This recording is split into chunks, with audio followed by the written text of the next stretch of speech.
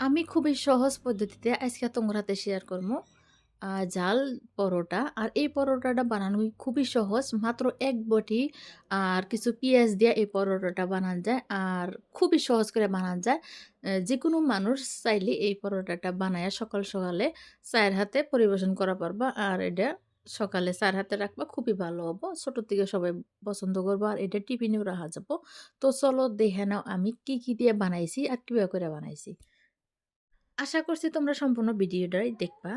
তো প্রথমে আমি নিয়ে নিছি ময়দা। ময়দার পরিবর্তে তোমরা আটা রাখা পারো, কিন্তু আমি ময়দা দিয়ে বানাইতেছি। তো দিয়ে দিলাম আমি স্বাদ মতো নুন। যে পরিমাণে নুন রাখবো ঠিক ওই পরিমাণ অনুযায়ী দিয়ে দিলাম। এখন দিয়ে দিলাম আমি সাদা তেল। ময়ম মারার জন্য সাদা তেলগুনা দিয়ে দিলাম। দেওয়ার পর ভালো করে এই যে মাখায় নিতেছি। আর ময়মটা যাতে খুবই সুন্দর করে মাখায় ও সেইটা খেয়াল রেখে কিন্তু ময়মটা মারা নাকবো। তো যাই যদি ময়ম বানা কম থাকে তাহলে কিন্তু এটা শক্ত শক্ত নাকবো, খাতে স্বাদ নাকবো না। তো ময়মটা মারা হয়ে গেছে গা এই যে। তো এখন আমি এটা অল্প অল্প করে পানি দিয়ে গুলে নিমু। আমরা যে রুটি বানাই ঠিক ওইরকম করে একটা ডো বানান নাকবো। তো অল্প অল্প করে দিতেছি যাতে নরম না হয়। তো সুন্দর একটা সফট ডো হয়ে গেল গা। মাত্র ময়দা দিয়ে আর নুন দিয়ে সামান্য তেল দিয়ে ছাইনে নিলাম। আর এটাকে আমি অনেকক্ষণ রেস্টে রাখবো, কমসে কম আধা ঘন্টার মতন রেস্টে রেখে দেবো এটা। তো মাহান হয়ে গেছে গা, সাইডে থুয়ে দিলাম। হেনে আমি আরও একটা পাত্র নিয়ে নিলাম। তারপর দিয়ে দিলাম পেঁয়াজ কুচি। আমি 2 থেকে 3টা পেঁয়াজ কুচি করে নিছি। আর আমি যে পরিমাণ অনুযায়ী পরোটাটা বানাবো ঠিক ওইরকম অনুযায়ী মতো পেঁয়াজটা কুচি করে নিয়ে রাখবো। তো আমি পেঁয়াজটা ভালো করে কুচি করে নিয়ে নিছি। আর দলা দলা অংশটা ছাড়া দিলাম, দিয়ে দিলাম আমি স্বাদ মতো নুন। এখন দিয়ে দিলাম আমি হলুদ গুঁড়া। হলুদ গুঁড়াটা অপশনাল, দিলেও হবো না দিলেও হবো। তারপর দিয়ে দিলাম আমি শুকনা মরিচের গুঁড়া। জ্বালের পরিমাণটা নিজের পছন্দ অনুযায়ী দিলে হলো। তো আমার পছন্দ মতো আমি দিয়ে দিয়েছি। তোমরা যদি বানাও তোমার পছন্দ মতো দিয়ে দিও। তারপর ভালো করে মাখায় নিয়ে নেবো, যাতে প্রত্যেকটা পেঁয়াজের গতরে নুন মরিচ না ভালো করে লাগে ওই হিসাবে মাখায় নিয়ে নেবো। তো মাখানো হয়ে গেছে, এই যে দেখতেছো সালাতের মতন হয়ে গেছে।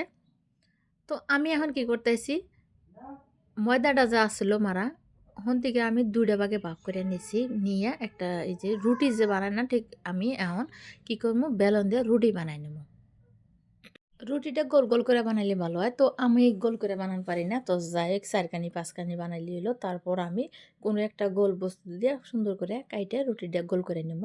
তো দেখ রুটিটা বেশি মোটাও জানি না হয় পাতলাও জানি না হয়, ওই হিসাবে বানাইলে হলো। যে হেনে তোমরা দেখতেছো আমি 2টা রুটি বানাইছি। আমি সম্পূর্ণ রুটি 3টা বানাইছি, কারণ আমরা 3 জনে খামো ওই হিসাবে 3 জনে 3টা পরোটা বানাইছি।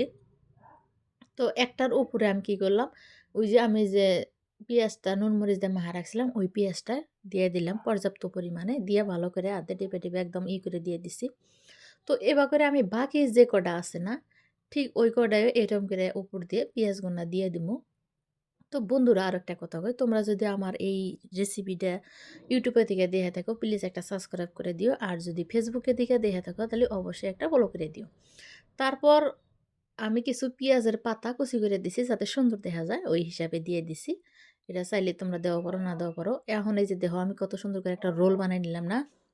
রোল বানানোর পরে এই যে মাছ বরাবর কাইটে নিতেছি। নেওয়ার পরে এখন আমি অল্প টান দিয়া, আমি এখানে টান দিনে তোমরা চাইলে টান দিয়ে অল্প লম্বা করে নিবে। নেওয়ার পরে এই যে এরম করে বানাই নিবে। তো বাকি যে 2টা আছে আমি ঠিক এবার করে বানাই নেবো। 3টা রুটি আমার পরোটার শেপ দেওয়া হয়ে গেছে গা। এই যে গোল গোল করে দিছি। আর এখন যে বেলা নাগবো এটা কিন্তু খুব সাবধানে বেলা নাগবো, যেহেতু আমি পেঁয়াজ দিছি। আর পিছলা পিছলা হয়ে গেছে গা, নরম নরম হয়েছে ওই হিসাবে তোমরা এই যে পরোটাটা ভালো করে বেলে নিবা। তো আমি এই যে একটা পরোটা বেলে নিলাম, বাকি 2টা ঠিক এরম করে বেলে নেবো। এই যে দেখতেছো, কারণ আমি বড় বড় করে বানাই। তোমরা চাইলে কিন্তু বড় বড় রুটি বানায়া পরোটাটা বানান পারো। তারপর একটা তাওয়া নিছি, তাওয়ার পর মধ্যে দিয়ে দিলাম সাদা তেল। সাদা তেল দিয়ে ভালো হয়, মুসমুসা হয় সর্ষের তেলের থেকে। তো এই যে পরোটাগুলো আমি এক এক করে দিয়ে দিতেছি। তোমরা চাইলে বড় বড় করে বানানো পারো, বড় বড় করে বানাইলে কিন্তু আরো বেশি ভালো দেখা যাবো দেখতে গেলা।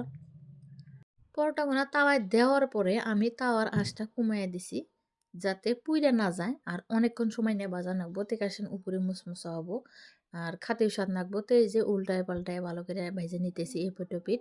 তো তোমরা এরকম করেই ভাজার চেষ্টা করবা, যাতে পরোটাটা খুবই সুন্দর হয়, খাতে যাতে ভালো হয়। তো একটা পিঠ ভাজা হয়ে গেছে, আমি আরও কিছুক্ষণ ভেজে নেবো। তো সম্পূর্ণই ভাজা হয়ে গেছে দেখতেইছাও। কারণ পিঁয়াজগুলো অল্প, অল্প পুইড়া গেছে। আর এটা খাতে কিন্তু ভালোই লাগবো। মানে পিঁয়াজের যে একটা সুন্দর ঘ্রাণ আছে, ঘ্রাণটা বাড়াইছে। তো পরোটাগুনা হয়ে গেছে এখন আমি নামায়ে প্লেটে নিয়ে নিছি। এখন খাওয়ার পালা। তো বন্ধুরা, আমার এই রেসিপিটা তোমার কাছে কিরম লাগলো তোমরা কমেন্ট করে অবশ্যই জানাইও। যদি আমার এই ভিডিওটা তোমার ভালো লাগে, লাইক, শেয়ার, কমেন্ট করে দিও। তো আজকের মতো বিদায় নিতেছি। আবারও আসমু কোনো নতুন রেসিপি নিয়ে। তত টাইম তোমরা সুস্থ থাইকো, ভালো থাইকো, আমার পাশে থাইকো সবসময়।